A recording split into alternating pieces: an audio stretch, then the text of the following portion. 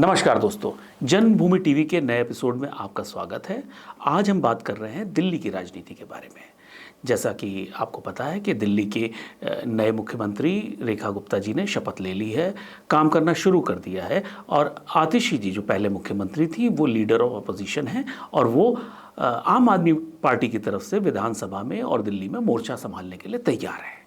और इसी बीच उन्होंने एक आरोप लगाया है कि जो बीजेपी की सरकार ने महिलाओं को 2,500 रुपये महीना देने का वादा किया था, साथ में उन्होंने कहा था त्योहारों पर 500 रुपये का सिलेंडर देंगे, वो अभी तक नहीं मिला है। अब सवाल ये उठता है कि क्या बीजेपी ने वादा सिर्फ अरविंद केजरीवाल को हराने के लिए किया था या उनके पास कोई रोड मैप है कि किस तरह वो 2,500 रुपया दिल्ली की महिलाओं को, प्रत्येक महिला नहीं, उसमें एक कंडीशन है, वो ऐसा नहीं है कि सभी को मिलेगी, जो एक अनुमान है कि 20 लाख महिलाओं के आसपास महिलाओं को 2,500 रुपये महीना मिलेगा। अब सवाल ये उठता है कि होली भी निकल गई, वो वादा अभी तक पूरा नहीं हुआ है। आतिशी जी, जैसा कि आतिशी जी अगर इस पे एक विवाद करने की कोशिश, विवाद बनाने की कोशिश कर रही हैं कि इन्होंने अभी तक जो चुनावी वादा था, जो संकल्प पत्र था, उस पर खरे उतर के नहीं दिखाया और नहीं दिया है, तो ये गलत भी नहीं, क्योंकि उनका काम ही यही है। अब मुद्दा ये उठता है कि क्या बीजेपी ने बड़ा वादा कर दिया? क्या बीजेपी ने सही किया? इस पे हम आज चर्चा करेंगे और उस पे भी चर्चा करेंगे क्या बीजेपी अपने वादे पूरे कर पाएगी कि नहीं। तो सबसे पहले शुरू करते हैं कि बीजेपी को ऐसे बड़े बड़े वादे करने की जरूरत क्या थी। देखिए, अरविंद केजरीवाल आंदोलन की राजनीति से निकल के इलेक्टोरल पॉलिटिक्स में आए। वो पहले आंदोलन करते थे, फिर पता नहीं क्या हुआ कि उनके राजनीतिक महत्वाकांक्षाएं जागी और वो चुनाव लड़ने आ गए।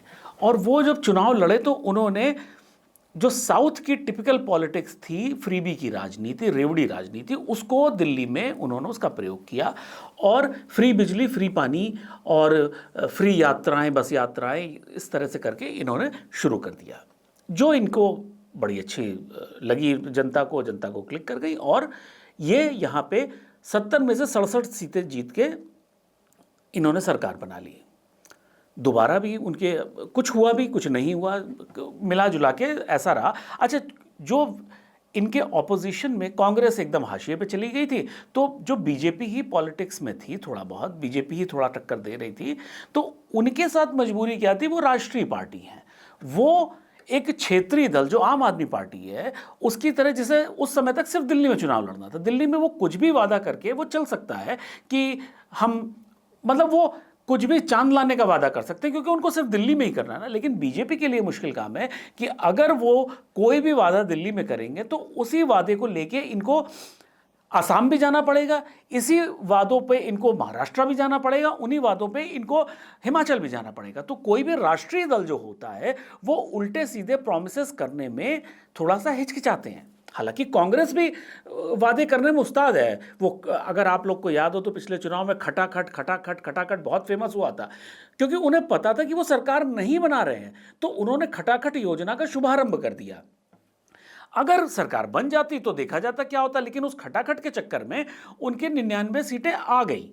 अब यही बीजेपी के साथ प्रॉब्लम क्या थी कि उन्हें यह पता था कि वो सरकार बना रहे हैं, उन्हें सिर्फ नंबर्स के ऊपर नीचे थी। तो ऐसी स्थिति में एक राष्ट्रीय दल के साथ समस्या क्या होती है कि वो ऐसा कोई भी वायदा नहीं करना चाहता जिससे उसको बाद में जवाब देना भारी पड़ जाए। लेकिन अब हुआ क्या, दिल्ली में जब तक ये राजनीति चल रही थी कि अरविंद केजरीवाल जी की रेवड़ी राजनीति, तब तक तो ठीक था। फिर केजरीवाल जी ने जाके सारे प्रदेशों में वही राजनीति करने की कोशिश की और उस अंधे चुक्के में पंजाब ये जीत भी गए। हालांकि पंजाब की जीत के पीछे और भी कारण थे, लेकिन एक ये भी कारण था कि हम बिजली पानी दे देंगे, महिलाओं को महीने का 1,000 रुपया दे देंगे, वो जबकि वो दे नहीं पाए, क्योंकि पंजाब में समस्या क्या है कि वो स्टैंड अलोन स्टेट उनके पास है, स्टेट का ही जो रेवेन्यू है उसी में से निकाल के देना है। दिल्ली में भी वही स्थिति थी कि जब जो भी करना था इन्होंने दिल्ली के ही पैसों से करना था, उनको कोई केंद्र से इमदाद नहीं मिल रही थी या उनको कोई अलग जगह से धन का आवंटन नहीं होना था, उनको राज्य के ही पैसों से ये काम करना था, फ्रीबी राजनीति जो भी करनी थी, जो नहीं कर पाए। अब बीजेपी के साथ समस्या ये रही कि बीजेपी अगर आम आदमी पार्टी के साथ उन्हीं की तरह की राजनीति में इंडल्ज नहीं होती तो वो आम आदमी पार्टी को कभी भी हरा नहीं सकते थे। जिस समय तक बीजेपी का संकल्प पत्र नहीं आया था, उस समय तक अरविंद केजरीवाल की बॉडी लैंग्वेज पूरी बता रही थी कि वो जीत रहे हैं और जीत को लेकर कॉन्फिडेंट हैं। लेकिन जैसे ही उनका संकल्प पत्र आया और बजट आया जिसमें 12 लाख तक का जो है इन्होंने इनकम टैक्स में छूट दे दी, जिससे क्या हुआ, दिल्ली में बहुत बड़ा वर्ग सचिवालयों में काम करने वाले, प्राइवेट कंपनीज में काम करने वाले ऐसे लोग हैं जिनकी इनकम 12 लाख रुपए से अंदर तक है। मध्य वर्ग दिल्ली का बहुत विशाल है, बहुत बड़ा रेंज है। तो उसको जो एड्रेस किया, उससे फ्रीबी राजनीति का एकदम नेक्स्ट लेवल बीजेपी ने फेंक दिया, क्योंकि उनको राजनीति में अगर सरकार में लंबे समय तक रहना है तो यह चीज आप मान के चलिए कि उनके लिए विपक्ष के नाम पे कांग्रेस और राहुल गांधी फिर भी सेफ हैं आज की तारीख में। अरविंद केजरीवाल जी की राजनीति, जिस तरह की फ्री स्टाइल राजनीति वो करते हैं, वो बीजेपी के लिए थोड़ा सा प्रॉब्लमेटिक हो सकती है। और नंबर 2, अरविंद केजरीवाल जी ने जिस तरह से सीधे सीधे मोदी जी को चैलेंज किया कि मोदी जी, जिस दिन तक मैं हूं आप मुझे हरा नहीं सकते, मुझे सपने में नहीं हरा सकते। देखिए, मोदी जी बहुत ज्यादा, आप उनको राजनीति में उस टाइप का मत समझिए कि कुछ भी आरोप प्रत्यारोप करते रहो और वो चुपचाप सुन लेंगे। वो मनमोहन सिंह नहीं है, वो बहुत ही समय पे और तरीके से उसका जवाब देते हैं, जो उन्होंने दिया। और एक साथ, और केजरीवाल जी ने ये जो बोला था, उनको पता था जिस तरह की रेवड़ियां ये बांट रहे हैं, वो बात सच थी कि कोई भी उनको हरा नहीं सकता था। इसलिए मोदी जी को उनसे बड़ी रेवड़ी लेके आनी पड़ी, उनसे बड़ी रेवड़ी और बताशे और मिठाइयों का डब्बा लेके आना पड़ा दिल्ली वालों के लिए, अरविंद केजरीवाल जी को हराने के लिए। अब आज की स्थिति यह है कि वो केजरीवाल जी हट चुके हैं सत्ता से, अब नहीं है। अब बीजेपी के सामने चैलेंज ये है कि जो 20 लाख महिलाएं, एक रफ एस्टिमेट है, अभी तक तो कुछ रजिस्ट्रेशन हुए नहीं है, लेकिन एक रफ एस्टिमेट है, 70 लाख महिलाएं वोटर हैं, उनमें से 20 लाख महिलाएं करीब एलिजिबल होंगी, ये रफ एस्टिमेट है। इनको 2,500 रुपया महीना कैसे दिया जाएगा? देखिए, बीजेपी की आज की तारीख में स्थिति यह है कि ये जो चुनाव दिल्ली का लड़ा गया, इसमें मोदी जी को पर्सनली उतर के आना पड़ा कि दिल्ली वालों तुम मुझे जिताओ, ये मोदी की गारंटी है, ये मोदी कह रहा है। तो अब अरविंद केजरीवाल जी मोदी जी की आंखों में इतना ज्यादा खटक रहे थे कि उन्हें व्यक्तिगत रूप से केजरीवाल जी के सामने आके खड़े होकर चुनाव लड़ना पड़ा, वो उनकी मजबूरी बन गई।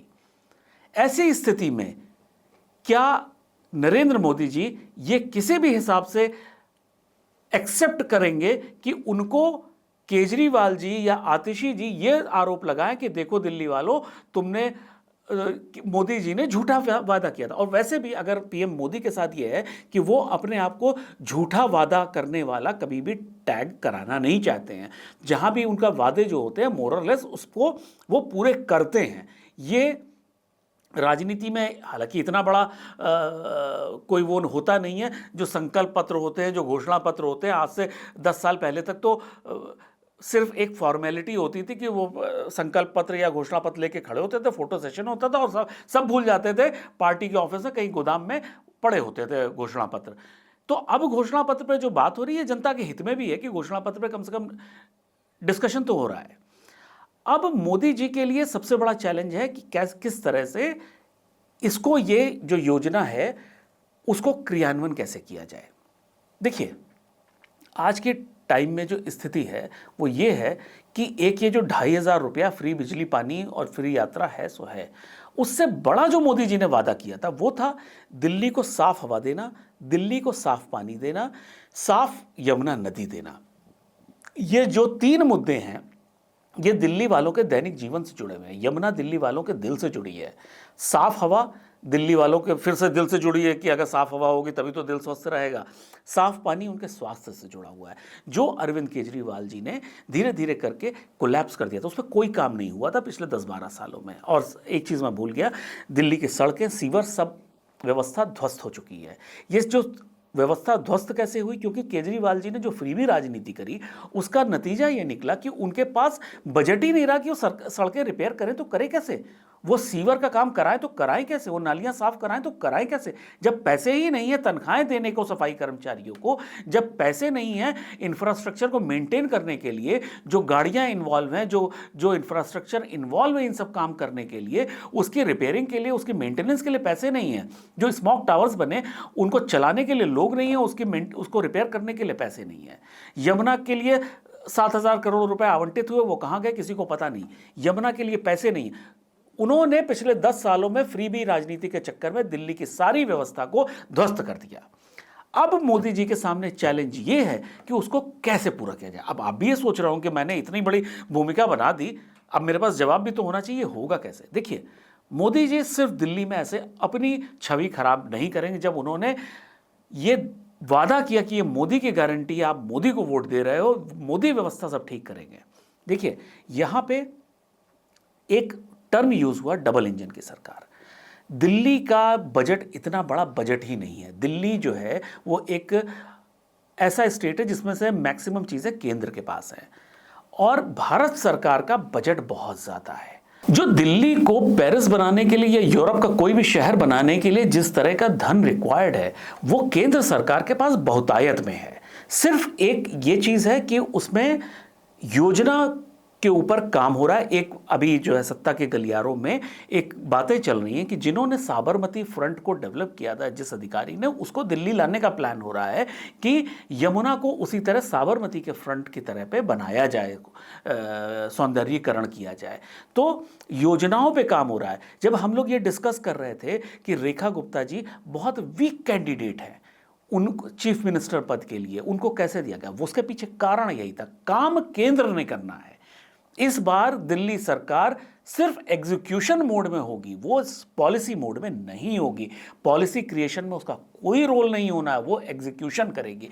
इसलिए थोड़ा सा यंग ब्लड को ऐड किया गया है और ऐसे लोगों को लाया गया है जिनको ये प्रूव करना है कि वो काम करने के मेरे अंदर शक्ति है, मेरे अंदर क्षमता है।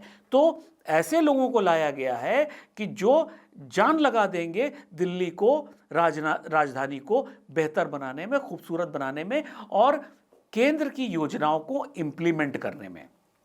तो मेरे दिल्ली वालों से एक सुझाव है, एक राय है कि आप लोग थोड़ा सा धीरज रखिए।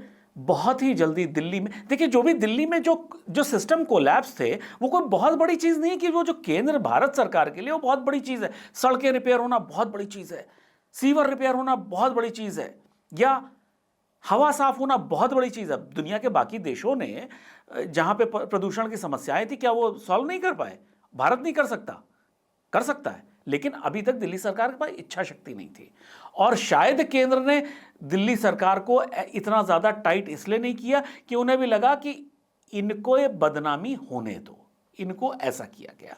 तो अब जो मुझे लगता है कि बहुत जल्दी योजनाबद्ध तरीके से इन 4 चीजों पे, साफ हवा, साफ पानी, साफ यमुना,